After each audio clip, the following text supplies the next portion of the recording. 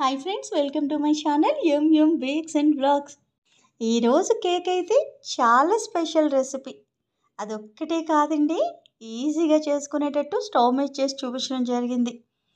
ఈ మధ్య కాలంలో చిన్న పెద్ద అనే తేడా లేకుండా ఎవరికైనా ఈజీగా ఎంటర్ అయిపోతుంది డయాబెటిక్. దీనిని మనం అస్సలు కంట్రోల్ చేయలేకపోతున్నాం, ఎందుకంటే మనం తినే ఫుడ్ హ్యాబిట్స్ వల్ల. నేను ఇక్కడైతే మీకు లెసన్స్ చెప్పడానికైతే రాలేదు. ఈరోజు మీ ఇంట్లో ఎవరికైనా డయాబెటిక్ ఉంటే వాళ్ళకి కేక్స్ తినాలి అనే క్రేవింగ్స్ ఉన్నప్పుడు మీరేం చేయగలరు? అయ్యో వాళ్ళకి పెట్టలేకపోతున్నామని బాధపడతాం. అలా కాకుండా ఈరోజు చూపించే రెసిపీని మీరు ఎగ్జాక్ట్గా ఫాలో అయ్యి మీ ఇంట్లో వాళ్ళకి చేసి పెట్టండి. వాళ్ళు చాలా అంటే చాలా హ్యాపీ అయిపోతారు. ఇంకా ఆలస్యం చేయకుండా రెసిపీలోకి వెళ్ళిపోదామా?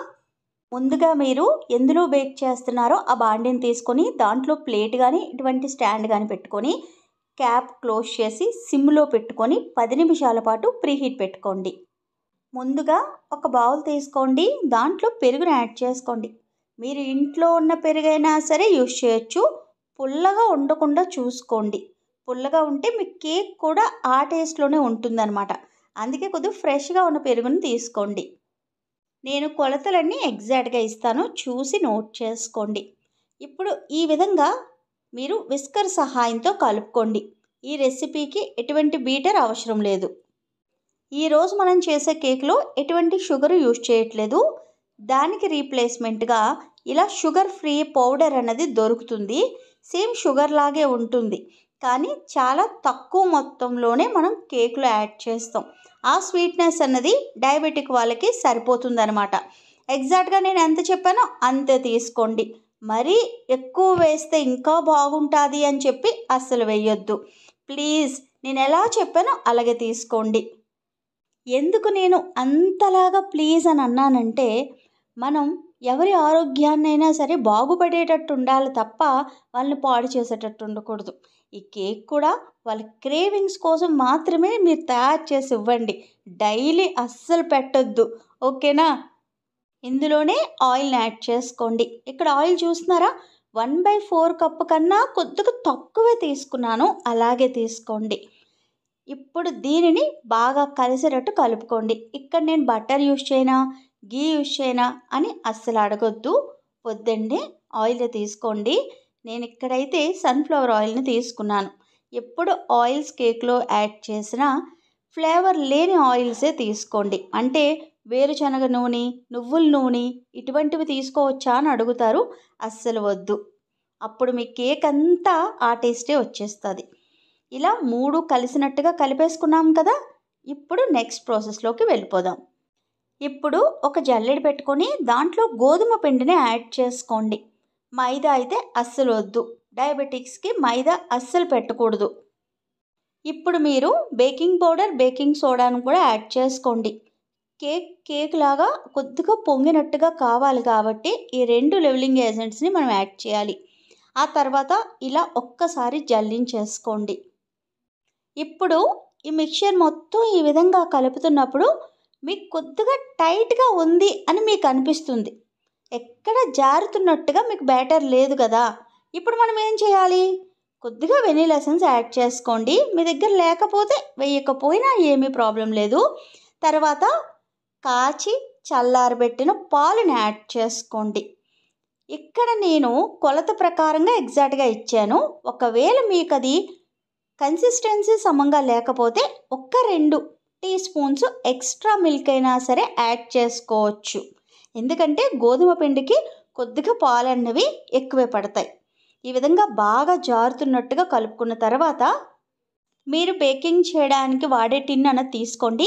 1/2 kg బేకింగ్ టిన్ అయినా సరే మీరు తీసుకొని బటర్ పేపర్ అది అప్లై చేయొచ్చు. లేదు అంటే ఇటువంటి బేక్ అండ్ సర్వ్ మౌల్డ్స్లో వేసుకోవచ్చు. ఇవి కూడా లేకపోతే కప్ కేక్ మౌల్డ్స్లో కూడా వేసుకోవచ్చు. అది కూడా మీ దగ్గర లేకపోతే ఇంట్లో ఉన్న కర్రీస్ యాడ్ చేసుకునే బౌల్స్ ఉంటాయి కదా, స్టీల్వి, వాటిల్లో అయినా సరే బేక్ చేసుకోవచ్చు. అవి కూడా లేకపోతే చిన్న చిన్న టీ తాగే గ్లాసులు ఉంటాయి కదా, వాటిల్లో అయినా సరే మీరు బేక్ చేసుకోవచ్చు. ఇక్కడ నేను ఈ బ్యాటర్ ఎంత వెయిట్ ఉందో కూడా మీకు చూపిస్తున్నాను, చూడండి. ఎందుకంటే మీరు అడుగుతారు కదా ఎంత వెయిట్ వచ్చింది ఎగ్జాక్ట్గా చూపించండి అని చెప్పి. అక్కడ 360 గ్రాములు వచ్చింది.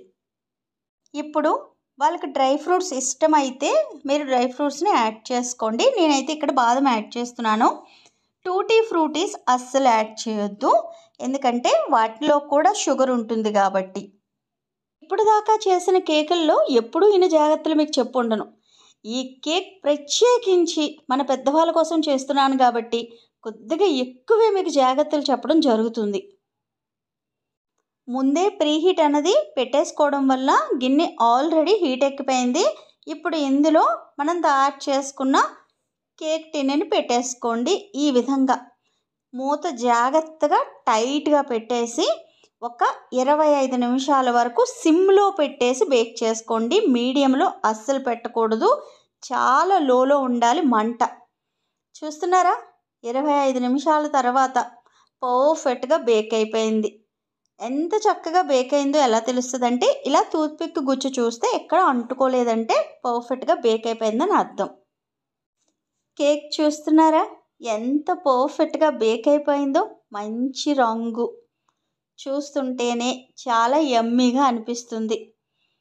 దీనిని బాగా చల్లారిన తర్వాత మాత్రమే కట్ చేయండి. వేడిగా ఉన్నప్పుడు కట్ చేస్తే ముక్కలు అయిపోతుంది కేక్, అందుకే వద్దని చెప్తాను వేడిగా ఉన్నప్పుడు. ఇప్పుడు దీనిని డిమోల్డ్ చేసి చూపిస్తాను. ఇలాగే కట్ చేసి చూపించవచ్చు, కానీ మీకు ఏ విధంగా బేక్ అయింది లోపల అన్నది తెలియాలి కదా. ఇప్పుడు చూడండి ఎంత పర్ఫెక్ట్గా బేక్ అయిపోయిందో. కింద నుంచి మీకు చూపిస్తాను, భలే ఉంది అనిపిస్తుంది. షుగర్స్ అవి యాడ్ చేసినప్పుడు ఎలా అయితే ఉంటుందో కేక్, సేమ్ ఎగ్జాక్ట్గా అలాగే ఉంది. చూస్తున్నారా ఎంత స్పాంజీగా ఉందో, సూపర్ సాఫ్ట్, చాలా టేస్టీగా ఉంది. ఎందుకంటే నేను ఆల్రెడీ తిన్నాను కదా, అందుకే చెప్తున్నాను. ఇప్పుడు ఈ కేక్ రెసిపీ చూసిన తర్వాత మీరు అస్సలు ఆలస్యం చేయొద్దు. అన్నీ మీ ఇంట్లో ఉన్నవే, ఒక్క షుగర్ ఫ్రీ పౌడర్ తప్ప. ఒక్కవేళ మీ ఇంట్లో ఉందనుకోండి వెంటనే తయారు చేసేయండి, లేదు అంటే తెప్పించుకున్న తర్వాత తయారు చేయండి. న్యూ ఇయర్కి వాళ్ళకి కేక్ కూడా తినిపించి ఉండరు పాపం, అవునా? ఇంకా మరెందుకు ఆలస్యం, నేను ఎంత చక్కగా మీకు చెప్పాను కదా. మీరందరూ పర్ఫెక్ట్గా తయారు చేసి ఎలా వచ్చిందో కూడా నాకు కామెంట్ చేసి చెప్పాలి. మీ ఇంట్లో వాళ్ళు ఏమనుకున్నారో కూడా నాకు చెప్పండి. ఎవరికైనా ఈ రెసిపీ యూజ్ అవుతుంది అని మీకు అనిపిస్తే మటుకు ఒక్కసారి షేర్ చేసి వాళ్ళకి తెలియజెప్పండి, వాళ్ళు కూడా తయారు చేసుకుంటారు కదా. నాకు ఈ కేక్ టేస్ట్ అయితే చాలా అంటే చాలా బాగా నచ్చిందండి. చిన్నప్పుడు మా మమ్మీ మా బర్త్డేస్కి చేసిన కేక్ టేస్ట్ లాగా అనిపించింది. పాపం ఈ షుగర్ వచ్చిన తర్వాత తన స్వీట్స్ తినడం మానేసింది. ఇప్పుడు ఈ వీడియో చూసిన తర్వాత చేసుకోవడం ఈజీగా తయారు చేసుకొని హ్యాపీగా తన క్రేవింగ్స్ని తీర్చుకుంటుందని నేను అనుకుంటున్నాను. ఈరోజు నేను చూపించిన ఈ రెసిపీ మీకు మనస్ఫూర్తిగా నచ్చితే మటుకు ఛానల్ని సబ్స్క్రైబ్ చేసుకోండి, ఒక లైక్ కూడా చేసుకోండి. ఎందుకంటే మీకు నేను చూపించిన ఈ రెసిపీలు నచ్చుతున్నాయో లేదో నాకు ఎలా తెలుస్తుంది? మీరు లైక్ చేస్తేనే తెలుస్తుంది కదా.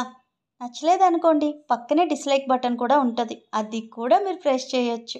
ఇంక ఉంటానండి మరి. ప్రేమతో మీ శ్యామల.